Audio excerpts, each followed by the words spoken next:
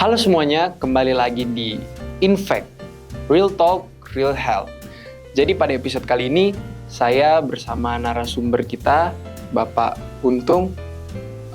Beliau adalah seorang dosen di Universitas Advent Indonesia, dan beliau juga merupakan seorang ketua Himpunan Keperawatan Gawat Darurat dan Keperawatan Bencana di wilayah Jawa Barat.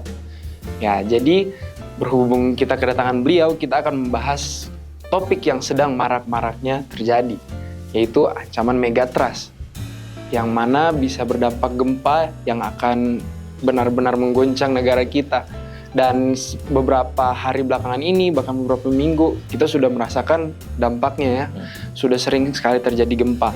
Nah, kira-kira apa sih yang bisa kita lakukan ketika nanti gempa itu terjadi untuk menyelamatkan diri kita? Silakan, Pak Untung.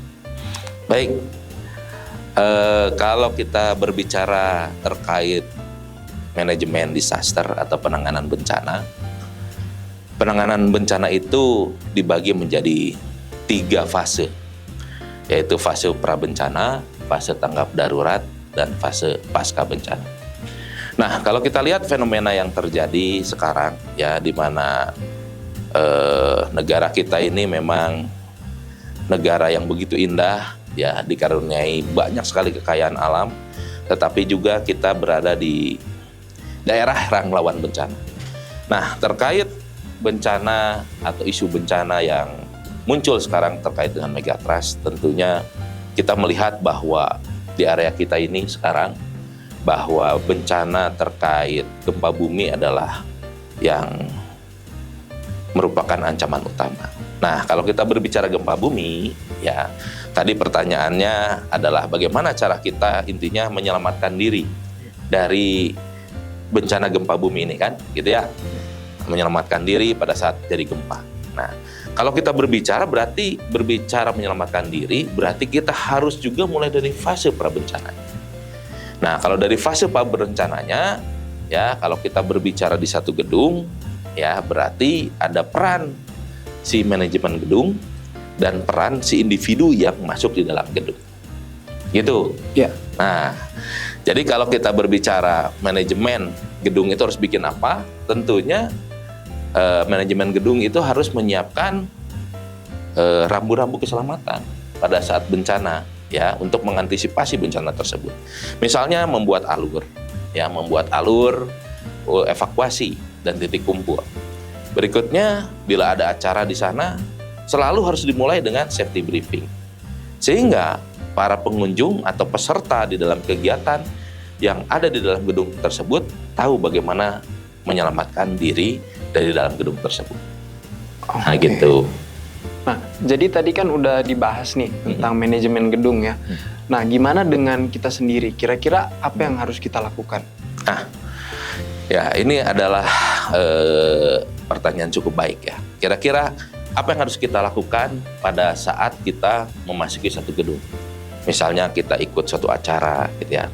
Selain kita memperhatikan safety briefing dari si manajemen gedung, kita pun harus memperhatikan, ya, di mana letak pintu, ya, di mana letak pintu, di mana letak tangga, di mana elevator, ya, atau lift, gitu ya. Sehingga kita tahu, nih, kalau terjadi apa-apa, kemana kita akan melarikan diri, gitu ya. Kemana arah kita mengevakuasi diri kita untuk menghindari dampak dari bencana tersebut, ya. Dalam hal ini mungkin gempa bumi, ya, kita harus menyelamatkan diri dari reruntuhan, gitu ya. Nah, artinya kita harus pantau tuh, di mana sih pintunya, ya, di mana tangganya atau tangga darurat, di mana sih pintu daruratnya. Dan tidak kalah penting, setelah kita tahu posisinya, kita pun mulai menggambarkan dalam diri kita. Menggambarkan dalam diri kita bahwa kalau terjadi bencana, gempa bumi, saya akan lewat mana. Jadi kita sudah membayangkan kita akan lari lewat atau mengeluarkan diri kita, evakuasi diri kita lewat jalur yang mana. Oke, itu. Kita aplikasikan ya, Sir, ke suatu skenario. Bagaimana jika saat gempa, kita itu berada di dalam lift, Sir? Nah, Kalau kita ada di dalam lift, ini pertanyaan baik ya. Karena pada saat bencana apapun, ya kita tidak bisa keluar menggunakan lift. Karena itu akan bahaya, ya. Jadi kalau kita sedang ada di dalam lift, pencet semua tombol. Misalnya kita dari atas, ya lantai berapa, pencet semua tombol yang di bawahnya. Kan kita ada di lift itu biasanya suka ada terlihat kita sudah di lantai berapa. Pencet langsung di bawahnya. Secepat mungkin kita keluar dari lift tersebut, ya, dan kita menggunakan tangga darurat. Ya, coba perhatikan gedung-gedung. Ya, hampir rata-rata di mana gedung ada liftnya, tangga itu akan berdekatan dengan liftnya, tangga darurat tersebut. Lalu berikutnya, gimana caranya kalau misalnya kira-kira liftnya nggak bisa kebuka? Nah, maka kita bisa pencet tombol emergensi untuk meminta pertolongan. Oke, kita lanjut ke kasus selanjutnya nih. Jadi kan saat evakuasi pasti semua orang akan timbul rasa panik. Sehingga dalam beberapa evakuasi ada beberapa orang yang menjadi korban meninggal bukan karena gempa, tetapi karena terinjak-injak oleh orang-orang yang lain karena ingin keluar dan semuanya panik sehingga terciptalah chaos. Jadi gimana cara kita untuk mengantisipasi hal tersebut? Ya, sebetulnya kalau kita berbicara di dunia keperawatan, kalau kita berbicara kepanikan, ya, atau kecemasan, ya, itu mungkin karena kurangnya pengetahuan. Nah, itu penting, ya, bagaimana kita meningkatkan pengetahuan diri kita terkait evakuasi diri saat terjadi gempa bumi. Kalau kita mengetahuinya, maka kita tidak akan panik. Ya, contoh, ya. Apa sih yang harus kita lakukan pada saat gempa terjadi dan kita harus mengevakuasi diri kita dari dalam ruangan?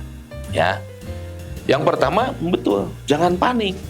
Kenapa kita tidak perlu panik? Karena kita tadi di awal, ya, kita sudah mengetahui arah evakuasi diri kita lewat mana, ya kan? Kita sudah tahu tuh, ya. Nah, lalu berikutnya pada saat gempa, ya, tadi kita tidak perlu panik. Lalu kita harus menghindari apa? Ya, benda-benda yang dapat menimpa diri kita. Ya, kita hindari benda-benda yang bisa jatuh menimpa diri kita dan kita menjauh dari kaca. Kenapa kita menjauh dari kaca? Karena pada saat gempa, ya, kaca itu kan rigid ya. Kalau pada gerakan dia pecah-pecah kan bisa jatuh menimpa kita, gitu ya. Kita menghindar, ya.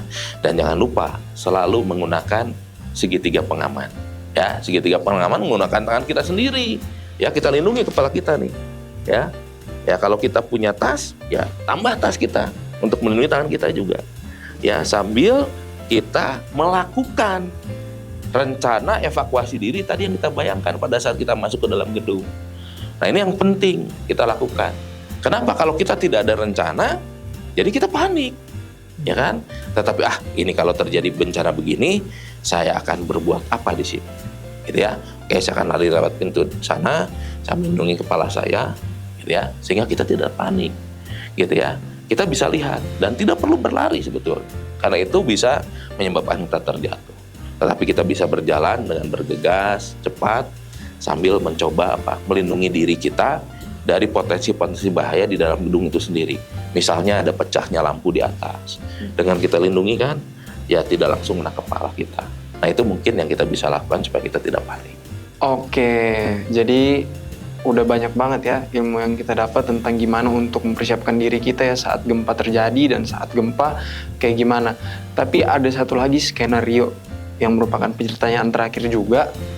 Bagaimana kalau misalnya saat terjadi gempa dan jalur evakuasi kita itu semuanya sudah tertutup? Kira-kira apa yang harus kita lakukan? Ya, ini adalah hal yang sangat mungkin terjadi ya saat bencana. Pada saat kita sudah merencanakan keluar lewat satu pintu, ya ternyata arah ke pintu itu sudah tertutup.